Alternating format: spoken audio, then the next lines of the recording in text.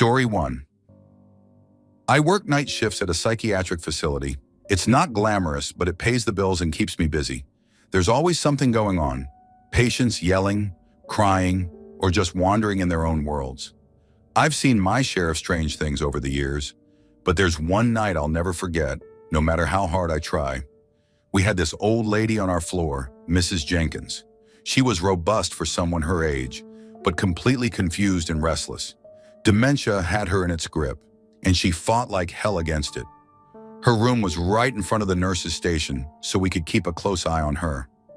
Even with that setup, she had a sitter assigned, a nurse's aide who stayed in her room around the clock. Mrs. Jenkins was always trying to get out of bed, kicking, hitting, and cursing like a sailor when anyone tried to stop her. It wasn't unusual behavior for patients nearing the end of their lives. I've seen it before. This agitated energy, like they're fighting against something only they can see. Still, Mrs. Jenkins was different. There was a wild determination in her, like she wasn't ready to go no matter what anyone said, including death itself. That night started like any other. The usual rounds, meds to administer, and patients to check on. Mrs. Jenkins was restless as ever, thrashing around in her bed, muttering things under her breath that didn't make any sense. The sitter, a young guy named Mark, looked exhausted but kept his post by her side. Around 3 a.m., the monitors started beeping frantically. Mrs. Jenkins' heart rate was dropping fast. 50, NARPA the 30. Her body had gone completely still, her eyes wide open but empty, staring at something none of us could see.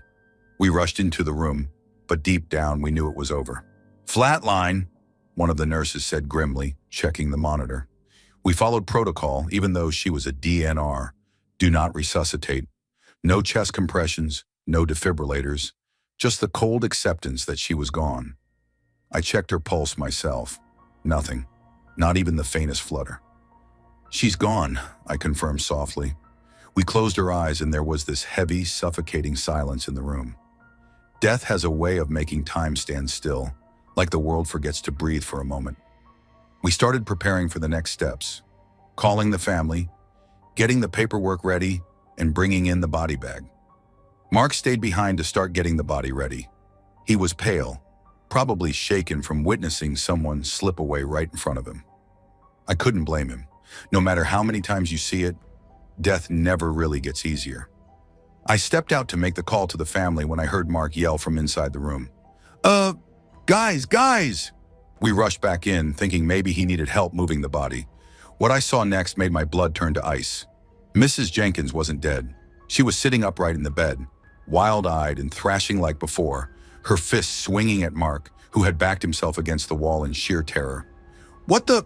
one of the nurses gasped, stopping dead in her tracks. There was no way this was possible.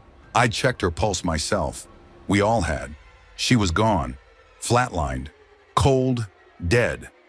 But there she was, alive and fighting like nothing had happened. "Get me out of here," she screamed, her voice raw and guttural, her face twisted in rage, her eyes wide and unblinking, like she was seeing something none of us could. Mark stammered, "Son, she was gone. I swear she was gone." We didn't know what to do. This wasn't a normal medical emergency. It wasn't normal at all. Mrs. Jenkins' movements were jerky and unnatural, like a puppet on tangled strings. Her voice echoed in the room, not just loud but layered, like more than one voice was speaking at once. I felt this deep, gnawing sense of dread crawling up my spine.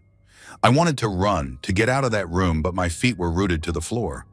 Suddenly, Mrs. Jenkins stopped moving.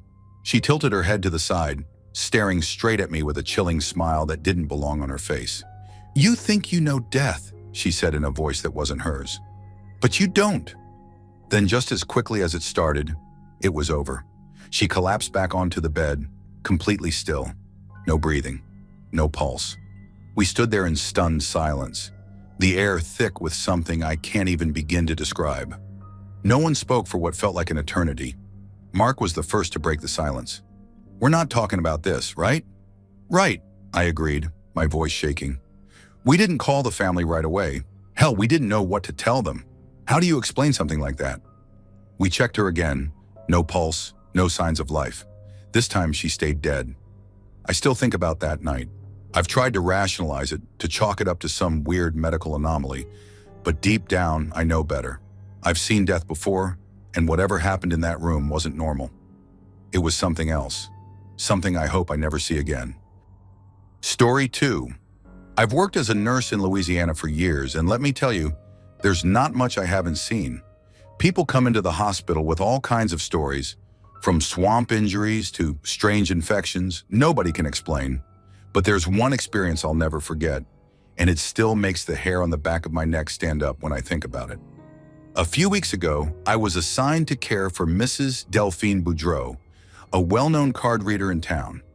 Now, if you've lived in southern Louisiana long enough, you know folks here have strong ties to things beyond this world. Hoodoo, voodoo, fortune tellers, none of it's out of place. People swear by their gree-gree bags and consult readers for everything from love troubles to finding lost dogs. I wasn't a big believer in all that, but I'd gone to see Delphine about 10 years back when my life was in shambles. She read my cards and told me things she shouldn't have known. Things I'd never said out loud. Stuff that kept me up at night for months after. She was the real deal, or at least that's what I thought at the time. I never went back though. Something about the whole experience unsettled me too much. So imagine my surprise when I walked into her hospital room that Monday morning and saw her lying there, looking frail and worn down. Her daughter Marie was sitting by the bed, dabbing at her mother's forehead with a damp cloth. "She's been real tired today," Marie told me, "can barely keep her eyes open." Delphine gave me a weak smile, her lips dry and cracked. She looked nothing like the powerful woman I remembered. Still, I went about my duties, checking her vitals and making sure she was comfortable. Her heart rate was slow, but not alarming. Over the next couple of days, Delphine stayed quiet, drifting in and out of sleep. Her energy was gone, like something had drained her completely. I couldn't shake the feeling that something was off, but I told myself it was just because I knew who she was and what she did. Then came Thursday afternoon. I walked into her room to check on her again, clipboard in hand, expecting to see the same lethargic patient. Instead, I found Marie standing by the bed, panic etched across her face. Delphine was completely unresponsive. "Mama, wake up!" Marie was shaking her gently. "Come on, Mama!" I rushed over, heart pounding. Delphine's face was pale, her lips tinged with blue. I felt for a pulse and found it. Barely there. Weak and thready. Her breathing was shallow, almost non-existent. "Delphine?" I called her name loudly, trying to get a response. Nothing. I knew I had to act fast. I pressed my knuckles hard into her sternum, a move that usually gets even the most unresponsive patients to react. She didn't flinch. Not a moan, not a grimace. Just nothing. "Call a rapid," I barked at Marie, who fumbled for the call button, tears streaming down her face. As the alarm sounded through the ward, I stayed with Delphine, my mind racing through the steps I'd need to take if she flatlined. The room was thick with tension, the kind that makes every second feel like an eternity. Then it happened. Delphine's body jerked suddenly, like someone had hit a reset button. Her eyes flew open, wide and sharp, not the dull gaze of a sick woman, but something more. She gasped, drawing in a deep, ragged breath, and within seconds, she was sitting upright in bed, full of energy like nothing had ever happened. The change was so sudden and unnatural that I froze. My mind couldn't process what I was seeing. Marie let out a strangled sob, covering her mouth in disbelief. "Lord have mercy," I whispered under my breath. Delphine turned to me, her dark eyes locking onto mine with an intensity that made my stomach drop.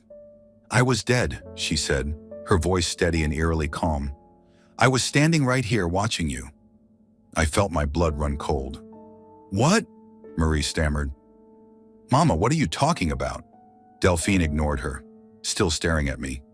"You did the rub," she said, mimicking the motion I'd made on her chest. "You were scared. Thought I was gone, didn't you?" My throat went dry. There was no way she could have known that. She'd been completely unconscious, clinically out of it. "You called the rapid," she continued, her voice low and matter-of-fact. "But I came back. Had to." I swallowed hard, trying to keep my composure. "Delphine, you were unresponsive. You shouldn't have." I know what I saw, she interrupted. I saw everything. I was watching you from up there. She lifted a frail hand and pointed toward the ceiling. Marie was shaking her head, whispering prayers under her breath. I wanted to say something rational, something that would explain what had just happened, but there was nothing. No medical training could account for this. Delphine leaned back against the pillows, her energy suddenly waning. She looked at me again, her expression softer now. You've got a strong spirit, she said quietly. That's good. You'll need it. I didn't ask what she meant. I couldn't. My legs felt like jelly, and I just wanted to get out of that room. The rapid response team burst in a few moments later, their voices loud and urgent. But Delphine was already stable. She's fine, I told them, my voice hollow. She came back. The team looked at me like I was crazy, but I didn't care. I needed to get some air to clear my head. As I walked down the hallway, my hands trembling, I couldn't shake Delphine's words or the feeling that something beyond my understanding had just happened in that room. I never saw Delphine again after that day. She was discharged a week later, and I heard she went back to reading cards like nothing had ever happened. Story 3. I worked as a nurse at a pediatric hospital for a couple of years. I mostly did 3 12-hour shifts a week, but I liked picking up overtime when I could. The extra pay was always nice, and I honestly didn't mind the work, at least most of the time. This particular night I was covering a shift in the NICU. It was quiet, just the soft beeps of monitors and the occasional hum of nurses moving around. Night shifts have a strange rhythm, like time stretches and folds in weird ways. The usual hustle of the day fades, leaving behind something heavy and still. I was never one to get spooked easily, but I'd be lying if I said the hospital at night didn't give me the creeps sometimes, especially the 4th floor. Everyone who worked there knew the stories. People said the hallway right outside the oncology unit was haunted. You'd hear whispers about flickering lights, strange noises, and even sightings of a little boy wandering the halls. I figured it was just folklore, stuff that bored nurses made up to pass time. But that night, I found out why those stories existed. It was around 3 a.m., that dead stretch of the night when your body starts begging for sleep and your brain feels like it's stuck in molasses. I needed a break, something to wake me up. The cafeteria on the 2nd floor had a coffee machine that brewed surprisingly decent coffee, so I decided to make the trip. The fastest way there was through a staircase by the oncology unit. Normally, I would have just gone the long way, but I was tired and didn't want to waste time. So I pushed through the automatic double doors that led to that hallway. The moment I stepped in, the air changed. It wasn't cold exactly, but it felt heavy, like walking through thick fog. The lights overhead flickered slightly, but I didn't think much of it. Old building, faulty wiring, you know how it is. Then I saw him. A little boy, maybe 6 or 7, was skipping down the hall in front of me. He had dark hair and wore these light-colored pajamas that looked a bit too big for him. My first thought was that a patient had gotten out of their room. Kids in hospitals sometimes wander off, confused or scared, so I wasn't too shocked. But it was weird. There weren't supposed to be any kids out on this side of the unit, especially not at that hour. "Hey, buddy," I called out softly, trying not to startle him. "You okay? Where's your room?" He didn't respond, just kept skipping, his feet tapping lightly against the tile floor. I took a few steps closer. "Hey, wait up! You can't be out here alone!" That's when he stopped. He didn't turn around right away, just stood there, frozen in place like he was listening for something. I felt this strange pressure in my chest, like I'd walked into a room where I wasn't supposed to be.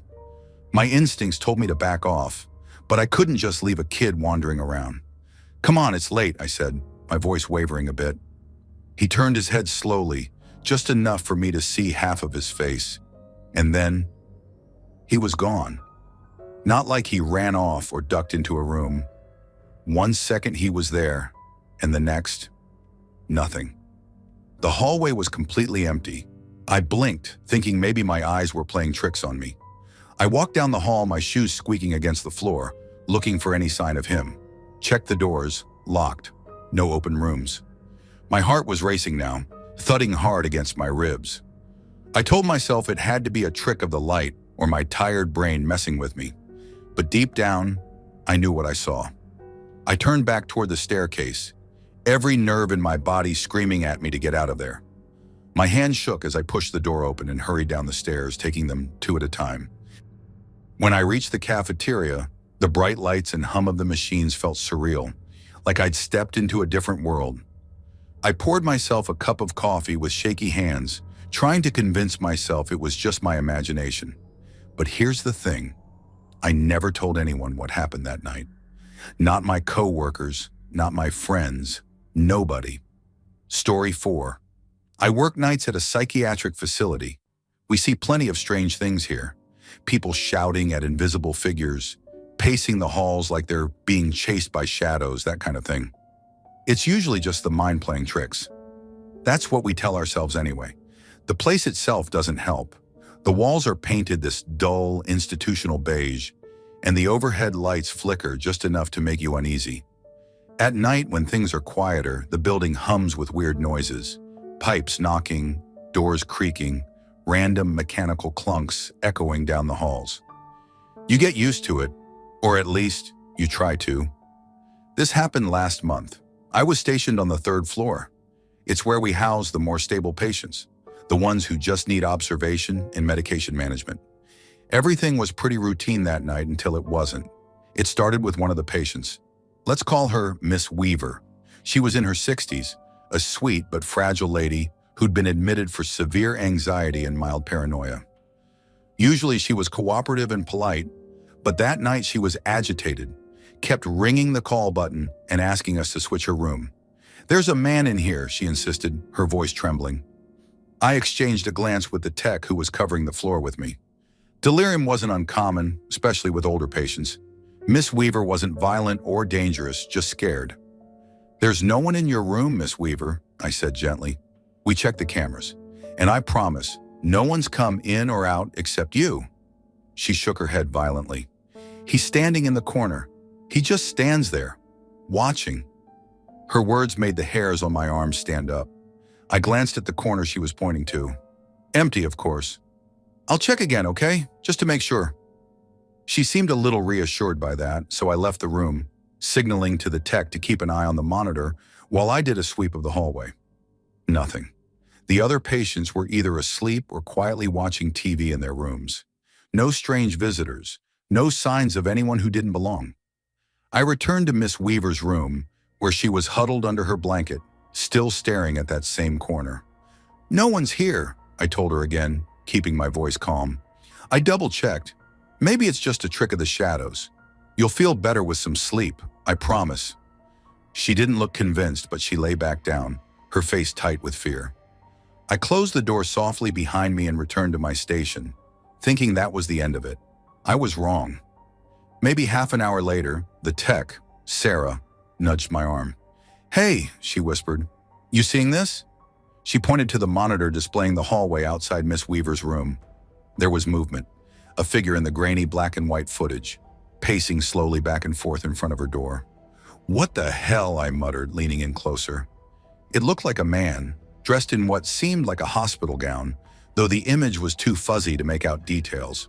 He moved with this eerie, deliberate grace, like he wasn't in any kind of hurry. "Is he one of ours?" Sarah asked, her voice tight with unease. I shook my head. "No way. All our male patients are on the 1st and 2nd floors." Without thinking, I grabbed my radio and stood up. "Stay here," I told Sarah. "Lock the door if you need to." She didn't argue. I headed down the hallway, my shoes squeaking on the tile. The air felt thick, heavier than usual. The closer I got to Miss Weaver's room, the stronger the sensation grew. Like I was walking into a space that didn't want me there. I rounded the corner, heart thudding in my chest. And there he was, a man, just like on the monitor, standing perfectly still in front of her door. He was tall, gaunt, and dressed in a pale, stained hospital gown that barely reached his knees. His head was bowed, hair hanging over his face. "Sir?" I called, my voice firm despite the lump forming in my throat. He didn't move. "Sir, you're not supposed to be here. I need you to come with me." Nothing. I took a cautious step closer, my hand instinctively hovering near the radio clipped to my belt. The figure shifted slightly, just enough for me to catch a glimpse of his face. My stomach dropped. There was nothing there. No eyes, no mouth, just a smooth, featureless expanse of pale skin stretched tight over bone. I froze, every instinct screaming at me to run, but my feet were rooted to the floor. The man, or whatever it was, lifted one hand, palm open, and gestured toward me. It was an unmistakable beckoning motion, like he was inviting me closer. "Nope," I whispered under my breath, backing away slowly. As soon as I moved, he was gone. No fading, no dissolving into smoke. Just gone, like he'd never been there. I stood there breathing hard, my mind racing to make sense of what I'd just seen. But there was no sense to be made. I forced myself to check Miss Weaver's room, half expecting to find her gone too. But she was there, fast asleep and peaceful for the first time that night. I hurried back to the station, where Sarah was pale and wide-eyed. "You saw that, right?" I asked, my voice shaking. She nodded slowly. "He just disappeared." Neither of us spoke for a long time. We didn't report it. What were we supposed to say? That we'd seen a faceless man wandering the halls, beckoning like some kind of nightmare come to life? No one would believe us, but Miss Weaver never asked to switch rooms again. Story 5. I used to work in a nursing home on the night shift, both as a CNA and later as an LPN. If you've ever done night shifts in a place like that, you'll know how quiet it gets, eerily so. The kind of quiet that makes your own footsteps sound wrong, like you're disturbing something that's meant to stay silent. Most nights were uneventful. I'd do my rounds, check on the residents, make sure nobody had fallen or needed help getting to the bathroom. You get used to the strange noises, the creak of an old building, the hum of the fluorescent lights, even the occasional muttered words from a resident talking in their sleep. But there was one night, one shift that I can't forget. I still think about it every now and then, and every time I do, I get that cold, crawling feeling up my spine. It was around 3:30 in the morning. I just finished charting for the night and was heading back down the hall to check on a woman who had passed away a few hours earlier. We'll call her Mrs. Patterson. She was a sweet old lady, always quick with a smile, even when the dementia started to take pieces of her away. Her family hadn't made it in time to say goodbye, so it was just me and her when she went. Peaceful, at least. Quiet. After someone passes, part of my job was to clean them up, wash their face, straighten the sheets, get everything looking respectable before the funeral home arrived. It's not as eerie as people think, usually. There's a sense of duty to it, like you're helping them take their last steps out of this world. That night, though, that night was different. I pushed open the door to her room, and right away, something felt off. The air was heavy, like walking into a room that hadn't been aired out in years. The overhead light flickered once, then went steady. I told myself it was just the building being old. It did that sometimes. Mrs. Patterson was lying there, peaceful as ever, her thin hands folded over her chest. I started talking to her out of habit, like I always did with residents, alive or not. "All right, Mrs. Patterson," I said softly. "Let's get you cleaned up nice and proper." I dampened a cloth at the sink and wiped her face gently. As I worked, the room was dead silent, except for the faint hum of the lights. The door to her room was closed firmly behind me. I'd made sure of it when I came in. Privacy was important, even now. And then it happened. The door. That heavy, solid wood door that latched firmly into place. It swung wide open. Not a slow creak, not a nudge from a draft. It flew open so fast it slammed against the wall with a bang that echoed down the empty hallway. I froze, my hand still on Mrs. Patterson's arm. My heart was pounding so hard I could hear it in my ears. I stood there for what felt like forever, staring at that open doorway, expecting, I don't know what. A nurse walking in by mistake, maybe. Someone messing around. But there was no one. "Hello," I called out, my voice shaking just a little. No answer. I walked to the doorway, my legs feeling like lead. I leaned out into the hall, looking left and right. Empty. Just the long stretch of dimly lit corridor, doors to other rooms shut tight. Not a sound, not a shadow, nothing. My first thought was that maybe the latch was loose, that I hadn't closed it as firmly as I thought. But when I checked it, the latch was perfectly fine. It clicked solidly into place when I pushed the door shut again.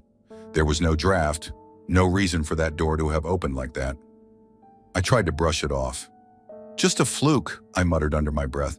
Old building, weird things happen. But as I turned back toward Mrs. Patterson, every hair on my body stood on end. Her bed sheets, those neatly tucked sheets I had just smoothed out, were rumpled, like someone had grabbed them with both hands and pulled. The cloth I'd been using to clean her face was lying on the floor, even though I was sure I'd left it on the bedside table. I didn't move for a long moment, my breath caught in my throat. I wanted to believe I just knocked the cloth over without noticing, that maybe I'd pulled the sheets myself somehow without realizing it. But deep down, I knew that wasn't true. The air in the room felt colder now, sharp against my skin. The kind of cold that sinks into your bones, not the kind you get from an AC unit. I forced myself to finish up quickly, my hands shaking as I straightened the sheets again and placed the cloth back where it belonged. Rest easy, Mrs. Patterson, I whispered, more for myself than for her. I backed out of the room, not taking my eyes off the bed until I was in the hallway again. The door stayed open this time. I didn't care. I just wanted to be away from whatever had just happened. The rest of the shift dragged on, every creak and flicker of the lights making me jump. I didn't tell anyone about it. What was I supposed to say? Hey, I think Mrs. Patterson's ghost didn't want me cleaning up her room? Yeah, that would have gone over real well. I never saw or heard anything like that again. Story 6. I work as a nurse on the night shift at a care home specializing in Alzheimer's and dementia patients. It's not a job for the faint-hearted, let me tell you. Nights are long, quiet, and heavy with tension. People imagine the worst part is dealing with wandering patients or cleaning up after accidents.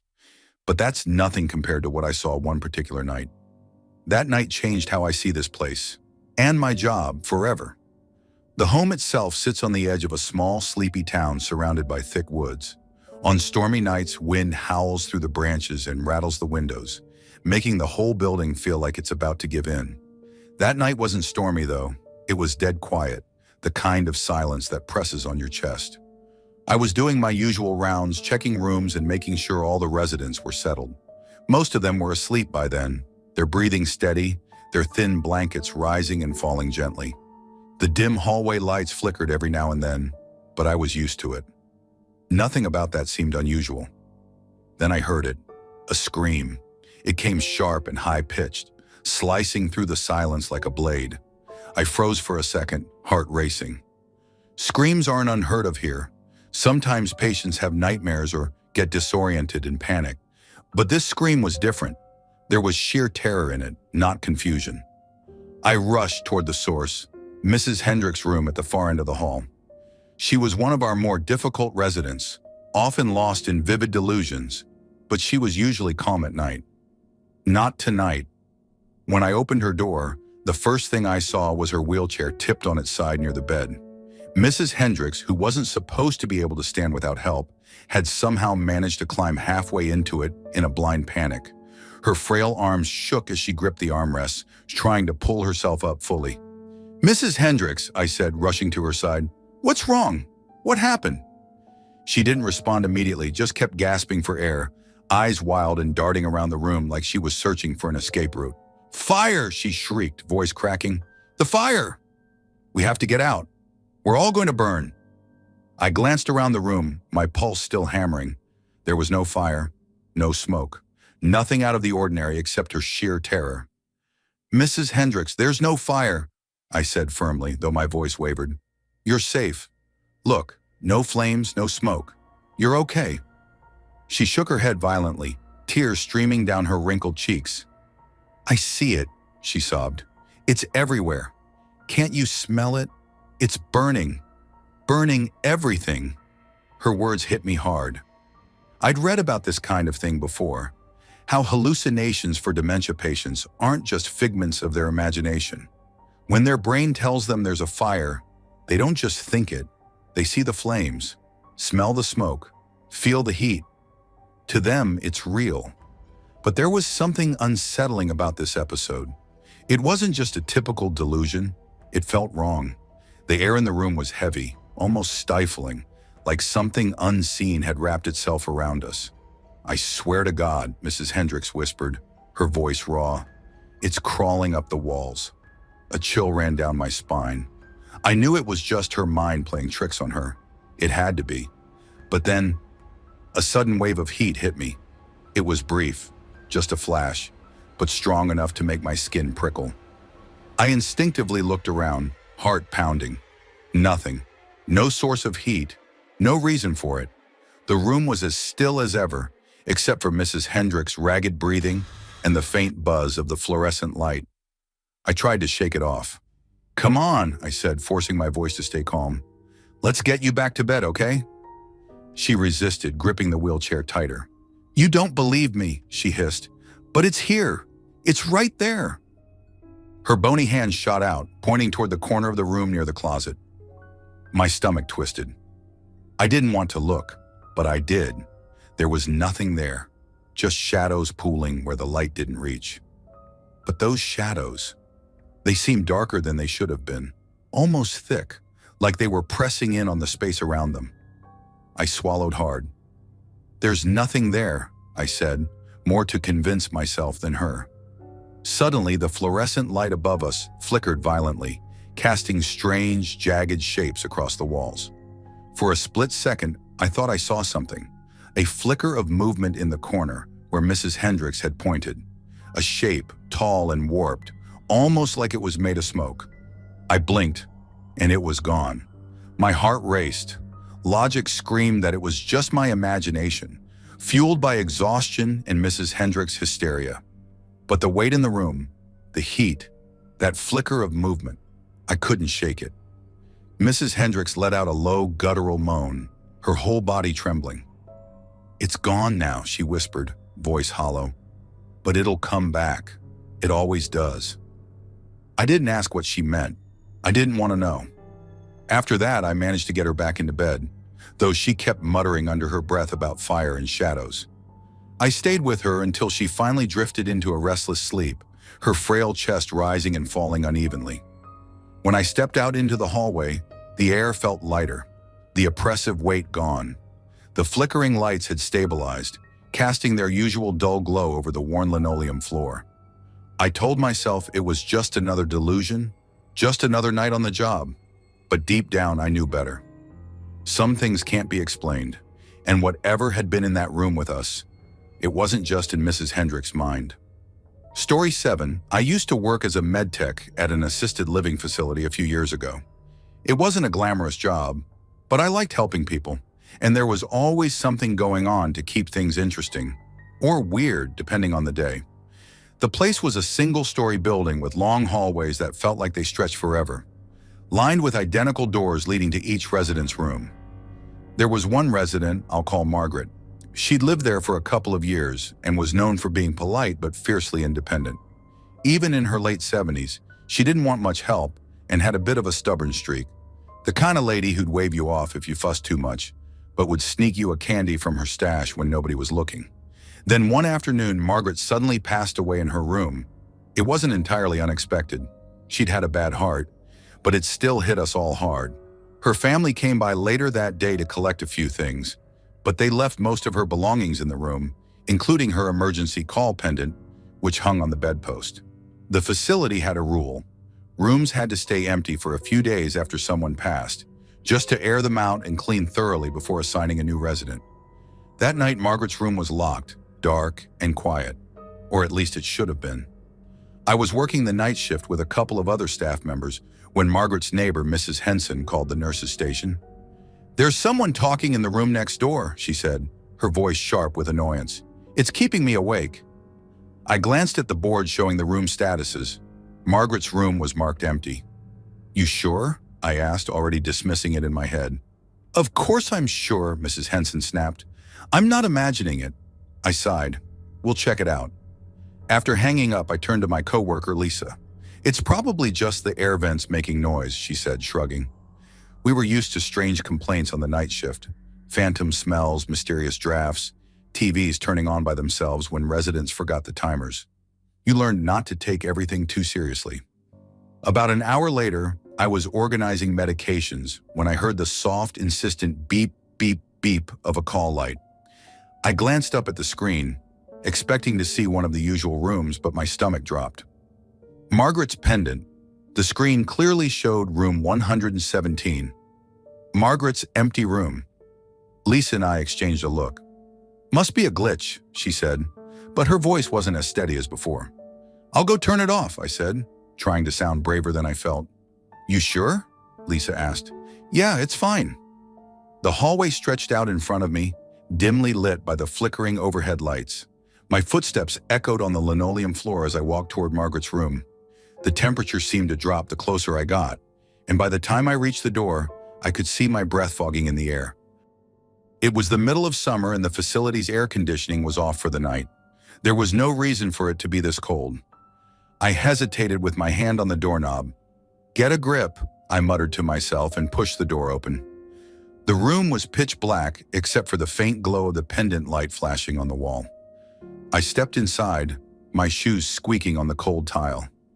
The air was thick, heavy, and I could smell something faintly metallic, like old coins or blood. I shivered, telling myself it was just my imagination running wild. As I reached for the call button on the wall, there was a sudden loud bang. I jumped, my heart slamming against my ribs. The bathroom door had just slammed shut by itself. For a second, I couldn't move. My brain was scrambling for an explanation. Maybe a draft? But there was no air moving in the room. The windows were sealed and the AC was off. I forced myself to take a step toward the bathroom door, my hand trembling as I reached for the knob. It wouldn't turn. Locked. I stood there, breathing hard, my mind racing. I knew for a fact that door didn't have a lock. None of the bathrooms in the facility did. It was a safety issue for the residents. I backed away, my pulse thundering in my ears. "Screw this," I whispered and bolted out of the room. When I got back to the nurse's station, Lisa took one look at me and her eyes went wide. "What happened?" she asked. "The door slammed," I said, breathless. "And it's locked. I couldn't open it." "That door doesn't lock," Lisa said, her face going pale. "I know." We sat there in stunned silence for a few seconds before Lisa muttered, "I'm not going down there." "Neither am I," said, but we both knew we couldn't just leave it like that. Eventually, we convinced one of the older male staff members, Joe, to check it out. He grumbled the whole way down the hall, calling us wimps and saying we were imagining things. When he came back, he looked shaken. "Well?" Lisa asked nervously. "The door was still locked," Joe said quietly. "Had to force it open. There was nobody in there." We didn't talk about it again after that night, but none of us ever volunteered to check room 117 alone again. Margaret's room stayed empty for a long time after that, and I never forgot how cold it was in the middle of summer, or the sound of that door slamming shut all by itself. Story 8. I grew up in Dallas, Texas, hearing stories about haunted places, the old Baker Hotel, the house on Swiss Avenue, and of course, hospitals. My mom was a night nurse in the burn unit at one of the biggest hospitals in the city. She didn't believe in ghosts, not really, but there was this one story she told me that still makes my skin crawl. The burn unit had a reputation. People whispered about strange things happening there. Figures standing by patients' beds, lights flickering without reason, and doors that opened or closed on their own. Nurses swapped stories during shift changes like it was just another part of the job. My mom always brushed it off. "It's just nerves," she'd say, or sleep deprivation. "People see what they want to see." That changed the night the little girl came in. It was a brutal night shift, one of those muggy Texas evenings when the heat sticks to your skin like a second layer. My mom had been there since 7 p.m., already exhausted from dealing with a full unit and the endless beeping of monitors. Around midnight, the paramedics brought in a young girl, maybe 7 or 8 years old, with burns covering most of her body. Her house had caught fire while she was sleeping. Somehow she made it out alive, but just barely. My mom said she'd never forget the way the girl looked when they wheeled her in, skin raw and peeling, patches of blackened flesh that looked more like charcoal than human tissue. Her breathing was shallow, and her little body convulsed with every labored breath. The paramedics didn't say much, just handed over her file and gave that grim look that meant they didn't expect her to survive the night. They stabilized her as best as they could. IV fluids, oxygen, pain meds, but it was touch and go. My mom stayed by her side, adjusting monitors and checking vitals while the girl drifted in and out of consciousness. She said the worst part wasn't the burns. It was the way the girl's eyes would flutter open, wide and panicked, like she was seeing something that wasn't there. She kept whispering, my mom told me, but her voice was so weak I couldn't make out the words. At one point, the girl's heart rate spiked and alarms started blaring. My mom leaned in close, trying to calm her down. That's when the girl finally spoke clearly. "They're coming," she rasped, her voice cracked and broken.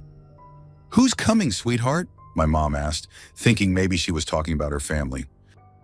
"The dark people," the girl whispered, eyes locked on something just past my mom's shoulder.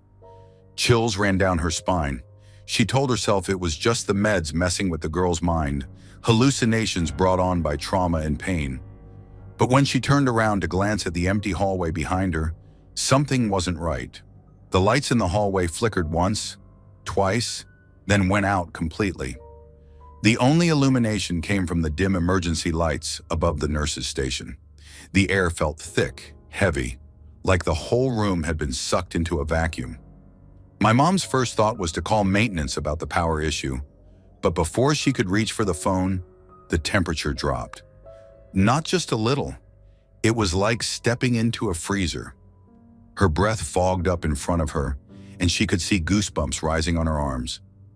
Then she heard it. Footsteps, slow, deliberate, echoing through the hallway.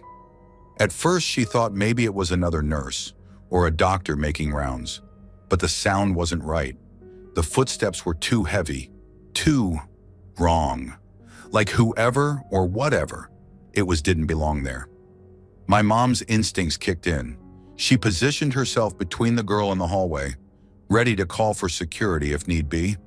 But when she looked down the corridor, her voice caught in her throat. There was a figure standing at the far end of the hallway, just beyond the reach of the emergency lights. Tall, featureless, cloaked in shadow. My mom said it was like looking at a void, something that absorbed light rather than reflected it.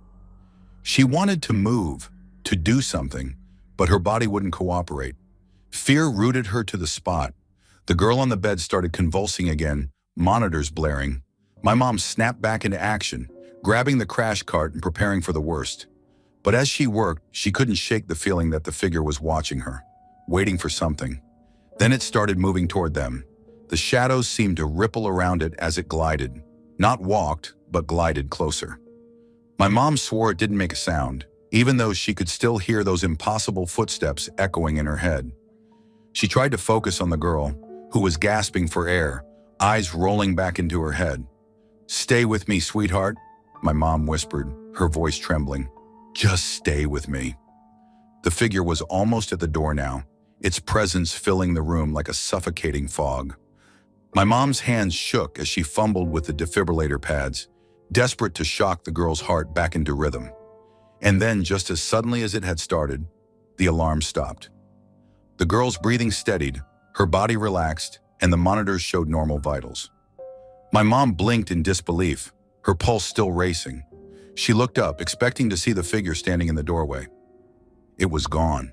The hallway lights flickered back on, the temperature returned to normal, and the oppressive weight lifted from the room. My mom stood there, shaken and drenched in sweat, trying to make sense of what had just happened. The girl opened her eyes, clear and calm for the first time since she'd arrived. "They're gone," she whispered, a faint smile on her cracked lips. "You made them go away." My mom didn't know what to say. She just nodded, too rattled to speak. Later, when the attending doctor came by to check on the girl, he remarked on her miraculous recovery. "I thought for sure we'd lose her," he said. "But whatever you did, it worked." My mom never told anyone about what she saw that night. She knew they'd chalk it up to stress or exhaustion, just like she had with all the other stories. But she knew better. After that shift, she stopped dismissing the rumors about the burn unit being haunted. She never saw the shadow figure again, but she never forgot it either. And neither do I. Story 9. I was about halfway through my internship at an obstetrics hospital in a rural part of the province.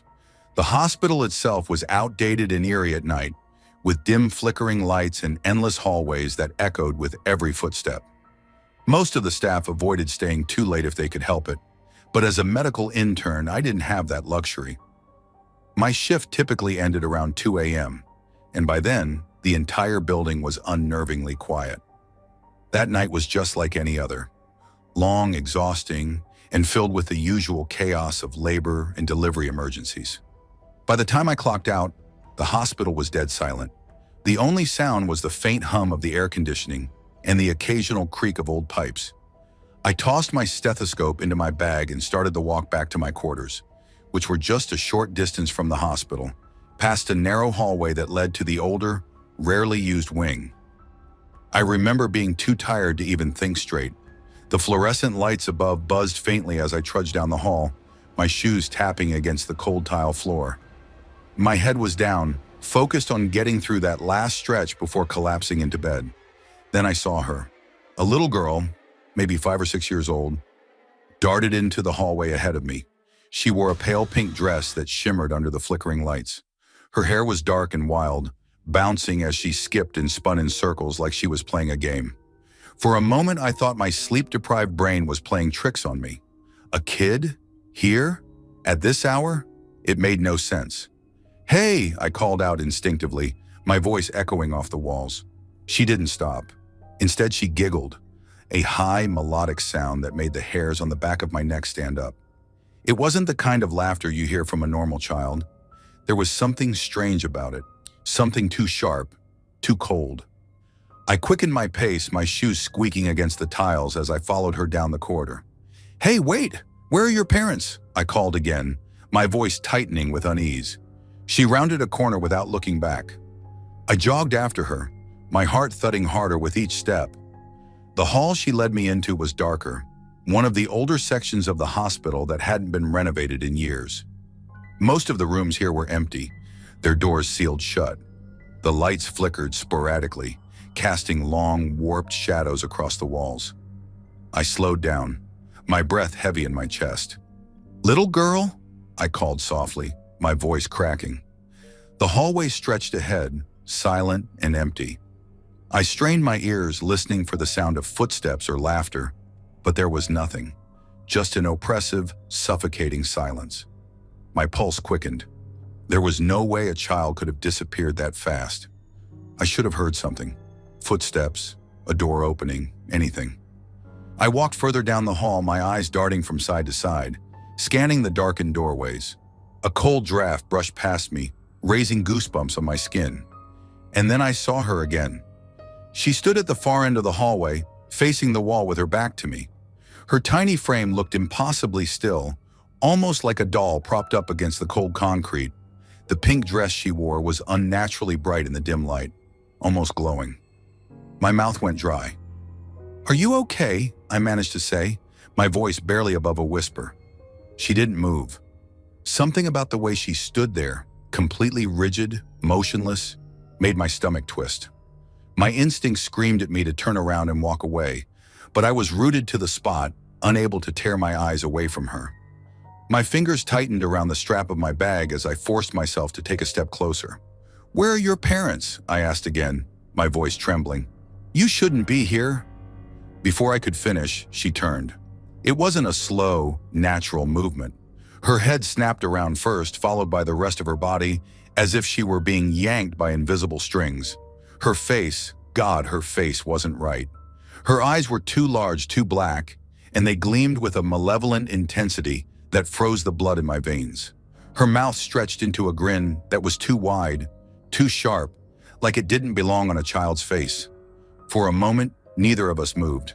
The air grew thick and heavy, pressing down on my chest like a weight. I wanted to run, to scream, but my body refused to cooperate. I could only stand there, paralyzed by the sheer wrongness of what I was seeing. And then she started laughing. The same cold, high-pitched giggle echoed through the hallway, bouncing off the walls like some twisted nursery rhyme. It was a sound that didn't belong in this world, a sound that clawed its way into my ears and lodged itself deep in my skull. I stumbled backward, my breath coming in short, ragged gasps. My legs finally obeyed me, and I turned, sprinting back the way I came. My heart hammered in my chest as I raced down the corridor, the shadows twisting and warping around me. I didn't dare look back. I couldn't. The thought of seeing her there, grinning and laughing, was too much. The hallway seemed endless, stretching out before me like some nightmare maze. My lungs burned and my legs ached, but I didn't stop until I burst through the doors and into the main wing of the hospital. The harsh fluorescent lights blinded me for a moment, but I didn't care. I kept running until I reached the front desk, where the night shift nurse was dozing off in her chair. She jolted awake as I skidded to a stop, my chest heaving. "What the hell happened to you?" she asked, eyeing me with a mixture of concern and irritation. There's a girl," I gasped, struggling to catch my breath. "A little girl in the old wing. She shouldn't be there." The nurse's expression hardened. "What are you talking about?" "I saw her," I insisted, my voice shaking. "She was playing in the hall, and then I don't know what the hell she was, but she's there." The nurse's face went pale. She glanced around nervously before leaning in closer. "You shouldn't have gone down that hallway," she whispered. "No one does." "What do you mean?" I demanded, my skin prickling. She hesitated, her eyes darting toward the dark corridor in the distance. "They say there's a ghost," she said quietly. "A little girl who died here years ago. People see her sometimes, running and laughing, just like you said." My stomach dropped. I wanted to laugh, to tell her that ghosts weren't real, that I was just tired and imagining things. But deep down, I knew what I had seen, and it wasn't a figment of my imagination. I didn't say another word. I just nodded numbly and backed away from the desk, my mind racing. As I made my way back to my quarters, the weight of what I'd experienced settled over me like a suffocating blanket. I didn't sleep that night, or any other night I had to work the late shift at that hospital. And I never walked down that hallway again. Story 10. I've worked night shifts at the hospital for years, mostly in the same ward. You get used to strange noises, creaks from old pipes, the occasional misfire of the call bells, and the shuffle of shoes on linoleum floors when someone forgets to lift their feet. You explain it all away. Hospitals have a way of settling into you until nothing surprises you anymore. Or so I thought. It was just past 3 a.m., that dead hour when patients are asleep and the ward falls into an eerie quiet. Even the monitors seemed to beep softer. I was at the nurse's station chatting with Emma, one of the HCAs who just finished doing last offices for an elderly patient who had passed peacefully earlier in the night. We were sharing stories to pass the time, the kind of casual banter you use to stay awake during the long hours. Suddenly, Emma paused mid-sentence, her face tilting slightly as if she'd heard something. "You hear that?" she asked. I frowned. "What?" She shook her head. "Never mind." We carried on talking, but there was this weird tension hanging between us now, like we were waiting for something to happen. I was trying to think of a way to lighten the mood when we both heard it. A sharp, distinct clatter of typing coming from the doctor's desk just around the corner. The thing is, no one was there. I froze, exchanging a glance with Emma. The typing continued, steady and deliberate, as if someone was working on a long report. The hairs on the back of my neck prickled. "Maybe one of the doctors came in," Emma suggested, though her voice wavered. "They always check in first," I reminded her. "Say hello. Ask if there's anything urgent." "Well, maybe they forgot." She didn't sound convinced. I nodded toward the corner. "I'll go look." Steeling myself, I rounded the corner slowly, my rubber-soled shoes silent against the floor. The closer I got to the desk, the louder the typing seemed. Click, click, click. A steady rhythm like fingers moving fast across a keyboard. I stepped fully into the room and stopped dead. The chair was empty. The desk was clear except for a neatly stacked clipboard and a closed laptop. No one was there, but I could still hear the typing. I stood there, heart thudding hard in my chest, trying to rationalize it. Maybe it was coming from a nearby computer. Maybe Emma had been right, and someone had forgotten to say hello and slipped away before I arrived. But that didn't make sense either. The sound was coming from right in front of me, where there was no one. I reached out and touched the keyboard. It was cold. The typing stopped. Silence rushed back into the room, thick and oppressive. I stared at the desk, willing some logical explanation to present itself. Nothing did.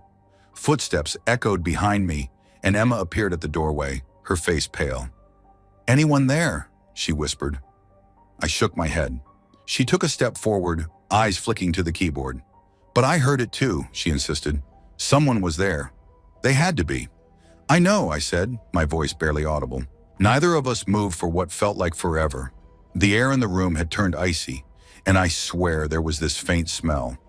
Not quite antiseptic, not quite decay. Just wrong. "We should go," Emma said suddenly, her voice tight. I didn't argue. We walked back to the nurse's station in silence, both of us rattled but too stubborn to admit it outright. Emma kept glancing over her shoulder like she expected someone to follow us. "Maybe it was nothing," she offered weakly after a long pause. But we both knew that wasn't true. That night, neither of us went back near the doctor's desk, and though we never talked about it again, I noticed Emma started requesting shifts on a different ward. I stuck around because someone had to, but I never shook that feeling, that something had been there, just out of sight, tapping away on keys that shouldn't have been moving. Thanks for watching. Don't leave before leaving a like to this video. Also hit the subscribe button to support my work. And as always, have a horrific nightmare, my dear.